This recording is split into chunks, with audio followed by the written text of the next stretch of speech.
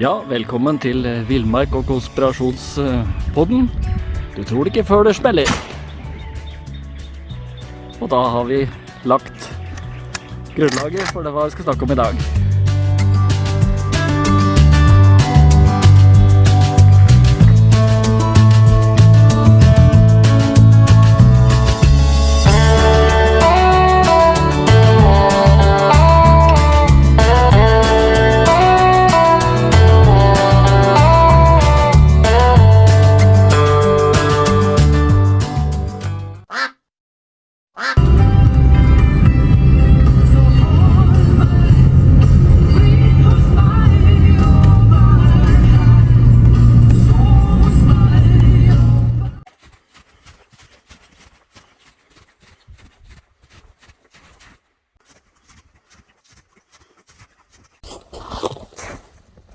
Nei, men hei, er det her dere sitter og glor? Ja, nå kan jeg ønske hjertelig velkommen da, men han kommer, kameraten min også. Vi skal ha en liten podcast her når vi er på tur. Forstå, takk. Der ja, der var vi i gang med første episode av podcasten Villmarks og konspirasjonspodcasten til oss jegerpinglene Terje og meg, Gjermund. Nå er vi jo ute i skauen i mange av våre fine skauplasser som vi har rundt omkring, både i nærområdet og lenger unna. Det jeg tenkte vi skulle begynne med i dag, det er faktisk at det er noen som har nevnt det tidligere når jeg har hatt noen videoer og pratet litt om prepping og sånn. Kan du ikke prøve å tenne opp med tennstål og vise hvordan du gjør det? Jeg har aldri gjort det. Jeg har jo preppet mye fyrstikker og lighter og sånn, så jeg klarer meg som regel med det hjemme. Men jeg tenkte det kan jo være greit å prøve. Så jeg har jo en preppesekk da, med tennstål, blant annet i. Jeg tester ut den siste innkjøpet nå. Det er en sånn mindre preppesekk som er sånn molleopplegg hvor du kan henge på mye ekstra, som brukes i militæret da. Så den skulle jeg teste om den holdt mål. Den prøvde jeg for første gang å kjøpe på Temu for å sjekke liksom, funker det, tåler det bruk? Så jeg har liksom nå overlastet den og har tenkt å justere ut litt etter hvert og finne ut hva man trenger når man er på tur, på jakt. Hvis vi trenger å jogge ut i naturen. Det kan jo være situasjoner hvor man trenger å komme seg ut i naturen i sikkerhet fra ting. Og da er det greit å vite at det du har pakket i sekken er ting du faktisk trenger og bruker. Og så har vi jo på en måte erfart en del fra jaktturer og sånn, men tross alt, det er jo bare som regel en dagstur, og så er vi tilbake på enten hjemme eller i jaktbua eller jakthytta, så det krever jo litt mer hvis vi skal stikke ut i naturen og kanskje være der i en måned, for eksempel. Så jeg kan komme litt mer inn på hva jeg har i den etterpå. Så nå blir det spennende, for jeg har aldri prøvd dette før. Og noen sier det er forferdelig vanskelig. Det må jeg jo vise da. Apropos hva jeg har i sekken. Skal vi se, hva har jeg tatt frem her, ja. Og det kan jo være første preppetips. Heldigvis nå da, så har vi sånn. Tamponger, OB. Og det det faktisk flere militæravdelinger og sånn, også elitestyrker som har som standard del av overlevelseskittet at de har noen tamponger. Fordi at du lager sånn fint knusk av det, og nå har det jo regnet i skauen her. Det ser vi har med oss litt oppkledd ved, for at det jo dygblaut alt, egentlig. Men vi har jo hentet mye døve busker og sånn, og litt, men vi regner med at det ganske vått, for det har regnet i et par dager vel. Så nå skal vi, spennende da, på live, og se om jeg får det til. For jeg har aldri prøvd det før, altså. Skal vi se. Og da bruker jeg har hørt det greit å bruke baksiden av kniven, egentlig. Mange som ja, kanskje den der kom det gnist. Fikk jeg første gnisten. Og allerede så tok det fyr.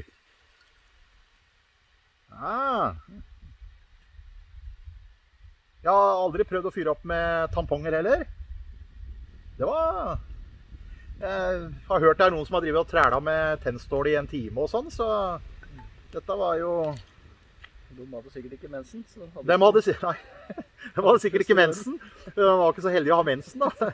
Begge jegerpingene hadde mensen her, og derfor hadde vi tamponger med oss. Så det er første preppetips. Ha en pakke sånn i sekken. Det kan være gull verdt for å fyre opp bål. Og som jeg nevnte, eller jeg vet ikke om jeg har nevnt det, men tennstål da. Var ikke du som hadde, var det 3000 ganger. 3000 ganger, ja. Ja, har du lest at du kan fyre opp med den?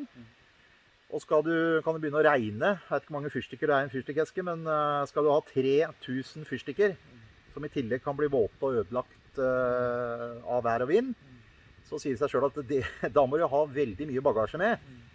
Og lighter, så kan det være ofte i kulde at gassen ikke fungerer, og du bruker jo opp gass også. Så det å kunne bruke tennstål er jo vesentlig da. Så dette tok fyr fort. Det som er spennende er jo selvfølgelig det vi har vært og hentet og samlet av tørre kvister, greiner, tørre stokker. For det har vært tørt, men det er det ikke lenger. Men det får tørka seg så vi kan fyre med det. Så skal vi ha bålkaffe. Skal vi se her om den holder seg, om vi har ropt. Ja, var ikke så verst det. Timet tilrettelagt. Skal vi koke opp vann da, vet du. Skal vi snakke litt mer.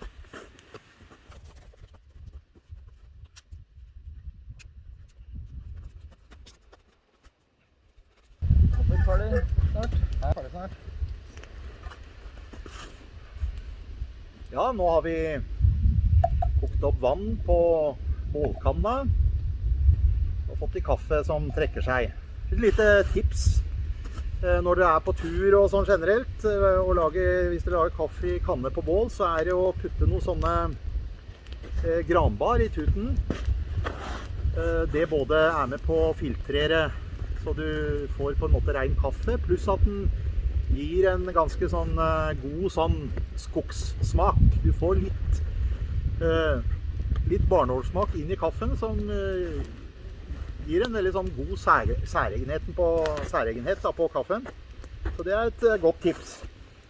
Og så har jeg, når vi snakker om preppesekk og sånne ting da, så passer jeg alltid på å ha selvfølgelig sånne turmiddager og turmat og sånn, som du bare kan koke opp vann og tømme oppi. Men også, det er en del vi får i vanlige butikker som også er kjekt. Du får sånne Urkraft havregrøt med skogsbær, hvor du er ferdig med både melk og sukker, og det er bare å ta oppi en liten bolle og tilsette vann. Rett i koppen, skogssoppsuppe. Sånn som denne. Her er det carbonara, rett i koppen.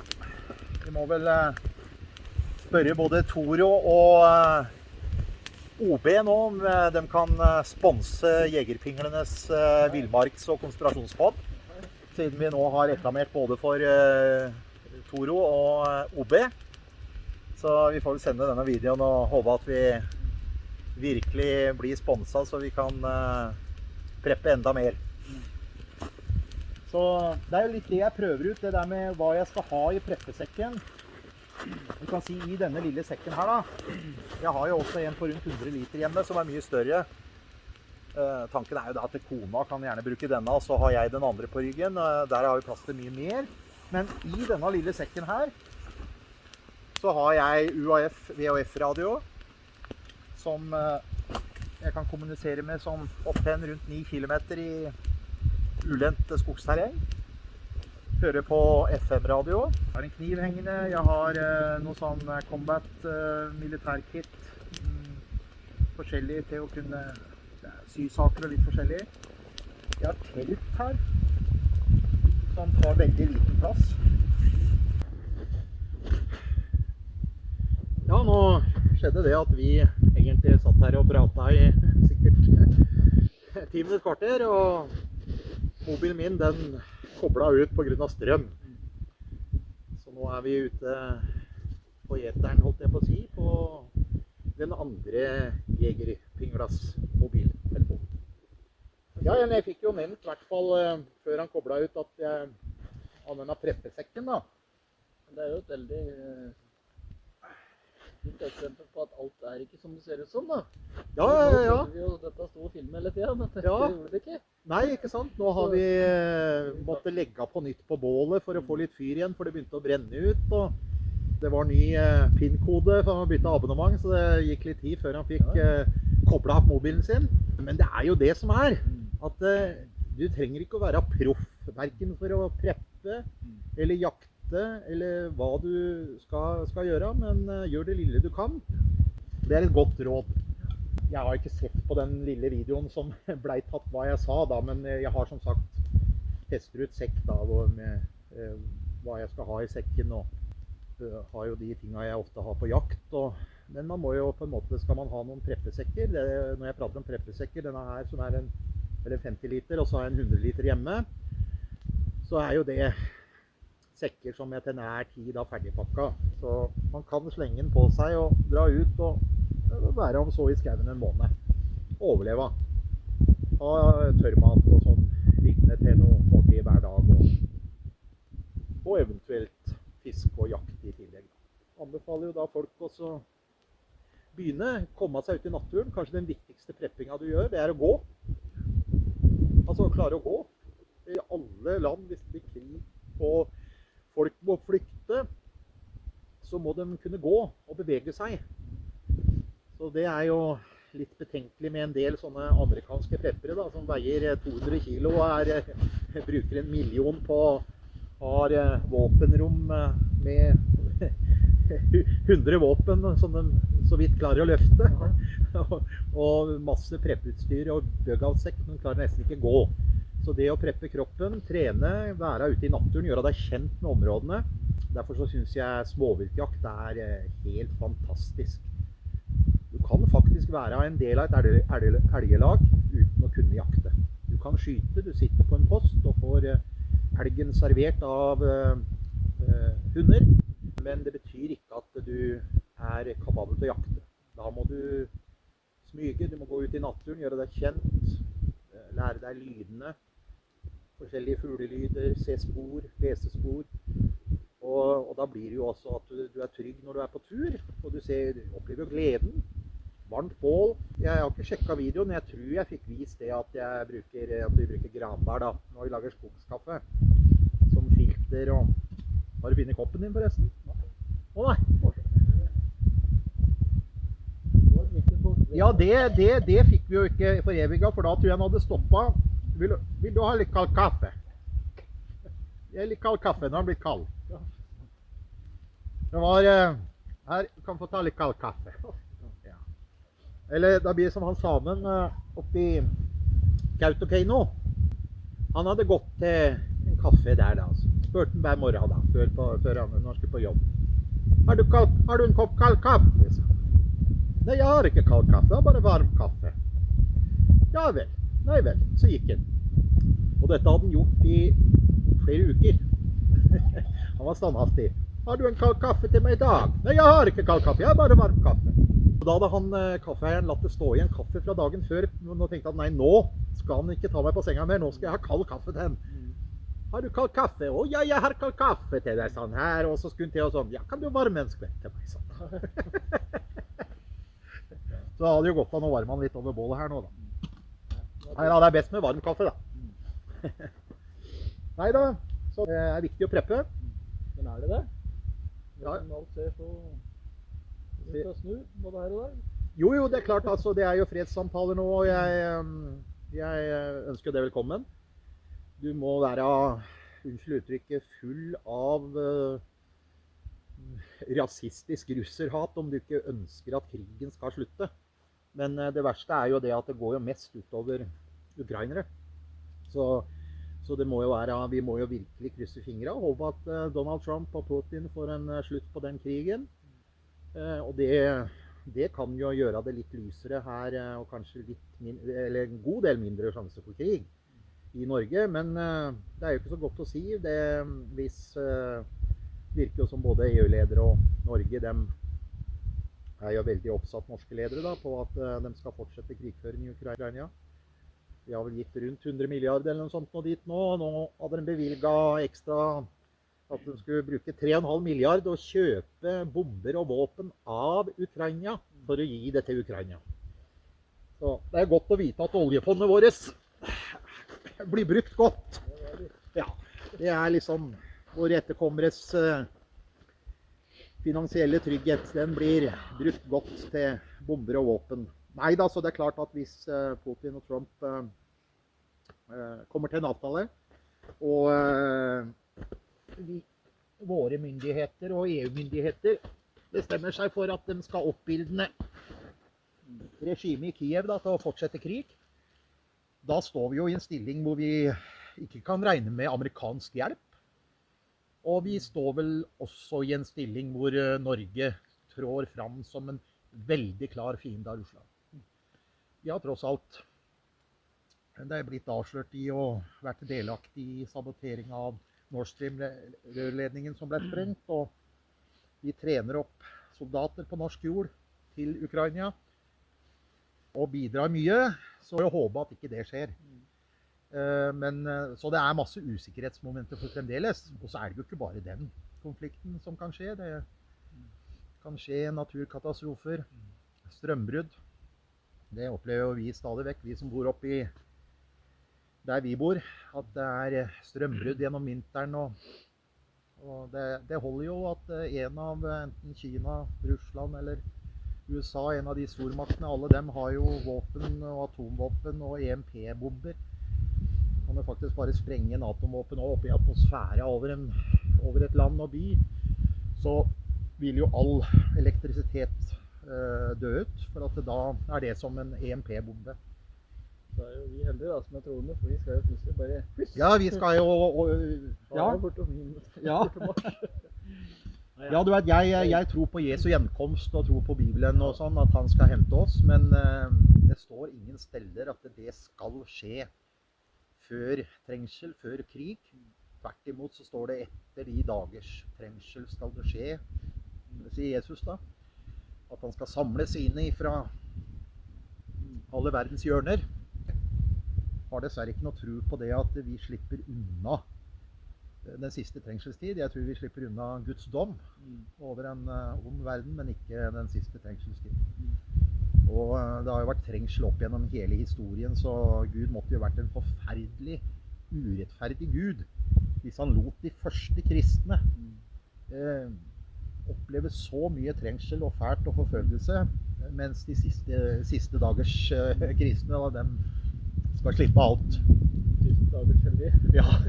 Nei, men det er ikke noe som bærer enn det hvis vi gjør det. Ja, kjempefint hvis vi blir hentet av Jesus før alt som jeg det er viktig. Vet skal ramme denne verden. Vi tror på den gamle hellige boken også, vi jegerpinglene. Så vi er jegerpingler som er både troende til litt av hvert og... Tøyknene. Ja. Her er det. Neida, så det... så det ikke noe er bedre om det skjer, men Bibelen taler så mye om det å preppe og forberede seg. Noah og hans familie, de måtte bygge på arken og være prepper i rundt 100 år. Samle mat og bygge arken og samle dyr før Gud selv lukket døren da. Så vi tror jo det at det lille vi gjør er nok. Vi tror at vi prepper ikke fordi vi er redd. For vi vet at han som er med oss, han er sterkere enn han som er i verden. Han har mye mer makt enn både Jonas Gahr Støre og for det saks skyld Donald Trump og Putin. Så det er jo en veldig trygghet. David, kan vi lese om i det gamle testamentet, han gikk imot Goliat. Han hadde bare en liten slynge og var en liten gutt, gjetergutt. Men han hadde trent med den slynga gjennom hele livet, passet sauene, og så gikk han på i Herren Sebats navn, og da fikk han seier. Han hadde forberedt seg. Og det ser vi gang på gang. Det står i ordspråkene, eller er det prediken? Nei, det er vel ordspråken. Gå til mauren du late. Se av hvordan han samler gjennom hele sommeren. Så igjen der får vi beskjed om å preppe og forberede oss. Den samler mat, den bygger tua si. Og prepping er jo bare det at vi ordner ved før vinteren er jo prepping. Og mange av dem som sier at nei, jeg tror Gud, så jeg skal ikke gjøre noe, trenger ikke å forberede meg. Da regner jeg med at de bare satte seg på en flekk i skauen nå, og ventet på at huset de skulle bo i bare dalte ned, og tomta gikk i orden, og trengte ikke gjøre noe. Så alle er jo preppere. Det er bare at noen er kun preppere på visse områder. Så det å forberede seg litt, og nå vet jeg ikke om jeg har sagt det i det opptaket, det tviler jeg litt på at jeg rakk å si før strømmen gikk ut, men jeg begynte jo å preppe, selv om jeg føler meg fortsatt som en nybegynner, så begynte jeg å preppe sånn på starten av 2000-tallet, når jeg leste det opprinnelige charteret til Agenda 2021-2030, og da skjønte jeg det at de hadde planer som virkelig trengte prepping. De skulle risette verdensøkonomien. De skulle utøve økt kontroll og overvåkning. Kaller det så fint bærekraftig utvikling. De driver jo med sånn karbonavtrykk og prater om nå at alle mennesker, de sier jo World Economic Forum, hvor våre myndigheter er så ivrige med at alle skal etter hvert ha en tracking på seg, så hvis du har gjort for mye karbonavtrykk, da, så kan du bli nekta. For eksempel at nei, nå har du reist fylt mye bensin, så nå får du ikke mer, eller nå har du tatt toget mange nok ganger, nå må du vente til neste måned. Eller nå har du vært på McDonald's og kjøpt deg burger 3 dager på rad, nå må du vente. Og sånn skal de kunne, både på social credit score og kunne kontrollere og styre menneskene. Så de har jo mange sånne planer som faktisk krig kan faktisk utsette det og stoppe det. Så det gjelder å være forberedt, knytte nettverk, kontakter, bygge samfunn utenfor samfunnet, bytte økonomi, lære seg til å høste av naturen er nok en vesentlig. Tørkesnøra, Terje? Ja. Jeg klipper bort akkurat det. Så kom vaksine inn da, vet du, redder oss. Hæ? Kom vaksine inn og redder oss. Ja, vaksina, ja.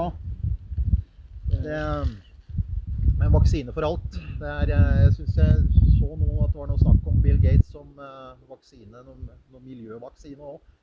Det vil bedras, så det er mye som kan skje og som vil skje fremover. Det er viktig å tenke selv.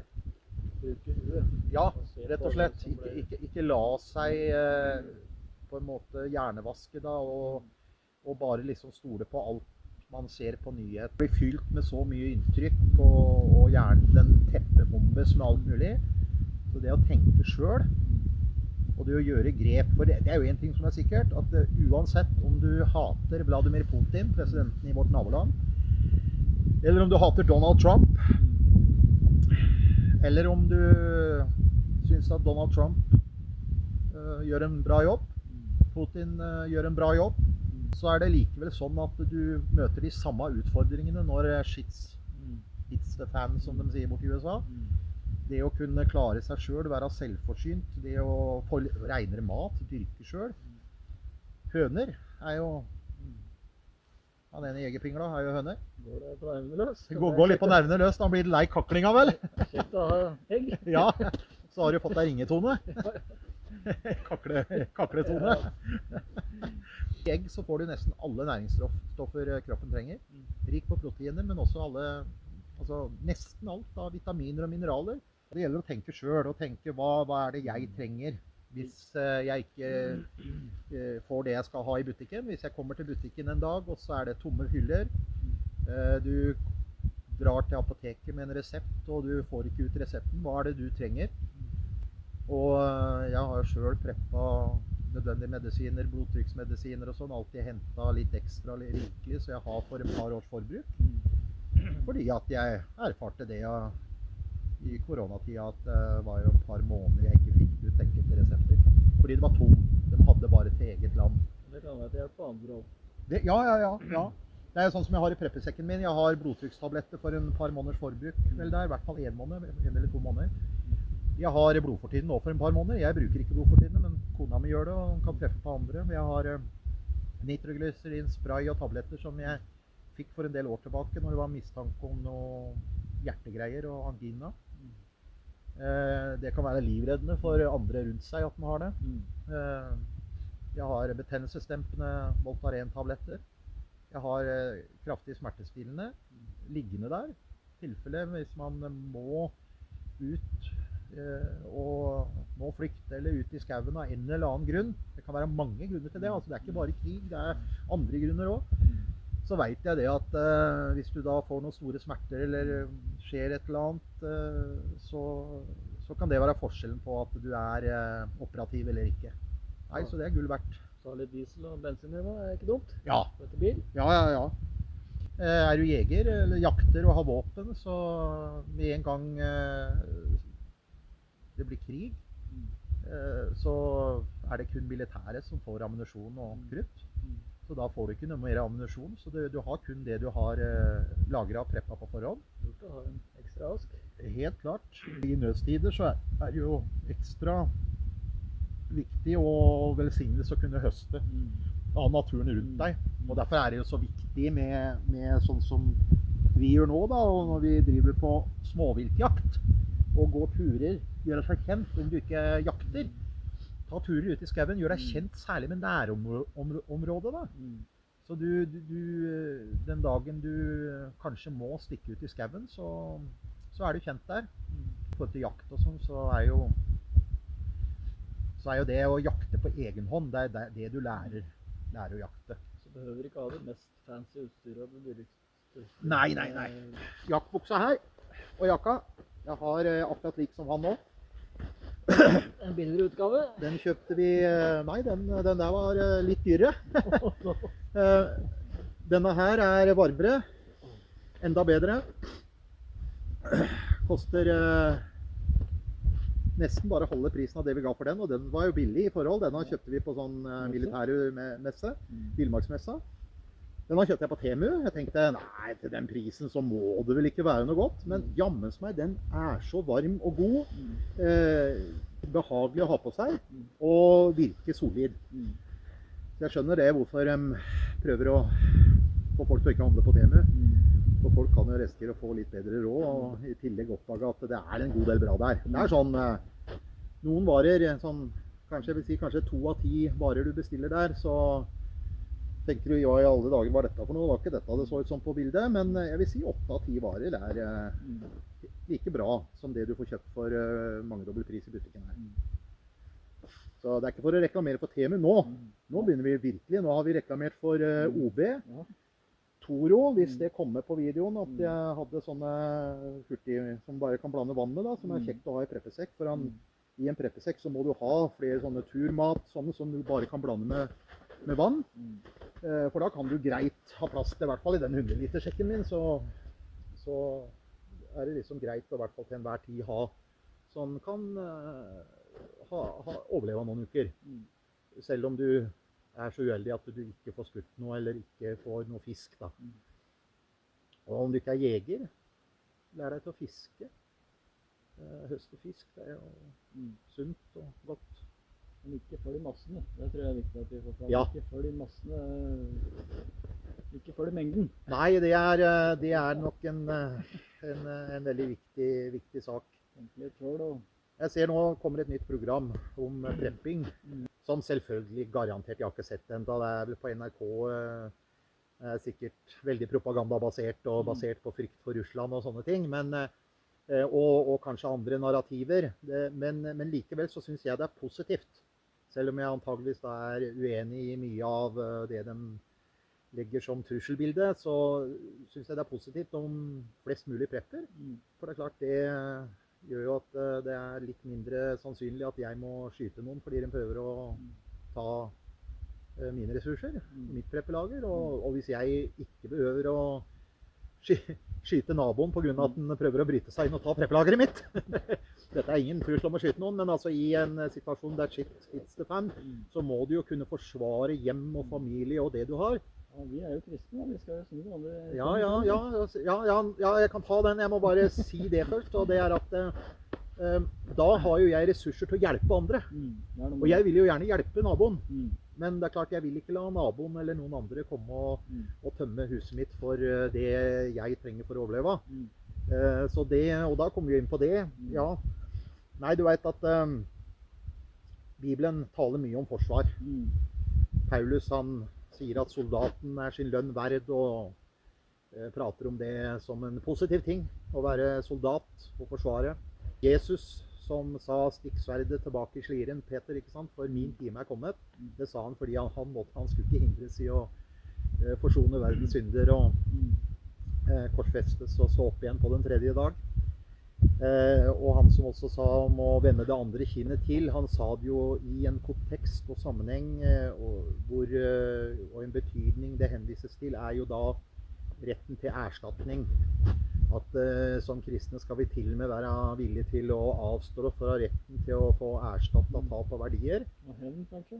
Hevn, ja. For det står i Det gamle testamentet, eller når det står om det å slå ihjel, så står det at det å være manndraper, det man ikke så fremt det skjer i et forsvar før solen går ned, står det.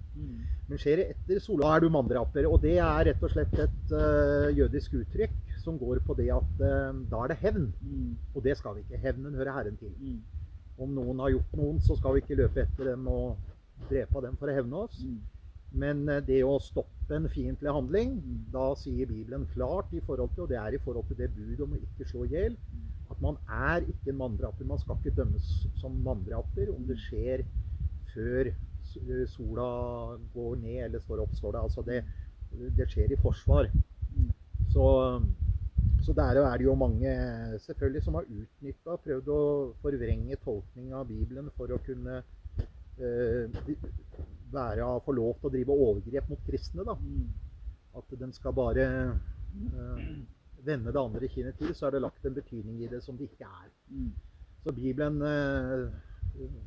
taler ikke mot det å forsvare seg. Det står til og med at den som ikke sørger for sine egne husfolk og hus, og i det så ligger det både forsvaret, gi mat og sørge for å passe på og vokte. Den verre enn en vantro, står det. Så Bibelen veldig klar på det at du har et ansvar. Det faktisk kristent å forsvare hjem og familie. Så det vår fulle rett. Neida, men det mange sånne spørsmål som vi fort kan ta opp. Nå skal vi begynne å runde her, kanskje, for nå bålet slokka, så da tenker vi sier at nå må vi hilse til folket, du også. På gjensyn. Da sier vi på gjensyn ifra Jegerpinglenes villmarks- og konspirasjonspodcast her i Skauen et sted. Ja, vi liker ikke podcast heller. Nei. Da har vi en Lindmo. Ja, Lindmo. Ja, den kan dere lure på hva betydde.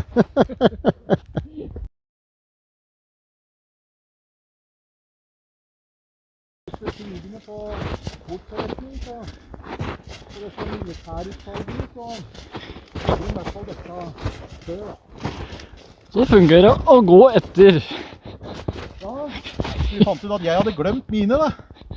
Det jo sånn med oss jegerpinglene, det noen ganger vi glemmer litt, surrer litt. Hvis ikke... Og da fant ut at jeg som tyngst, jeg går med trugene først, så ikke jeg synker nedi, og så pakker jeg det litt, og så går den letteste jegerpingla, han går bakerst. Og hvis ikke jeg får for tunge tanker, så går det bra. Ja, så lenge det ikke får tunge tanker, da får du synke ned. Ja, men da runder vi av, tror jeg, for jeg går ned her. Jep. Nå skal vi se om vi ser en av jegerpinglene i sitt naturlige habitat. Ja, se, der kommer han løpende. I trugene. Jegerpingle, truger. Eldste best. Yeah.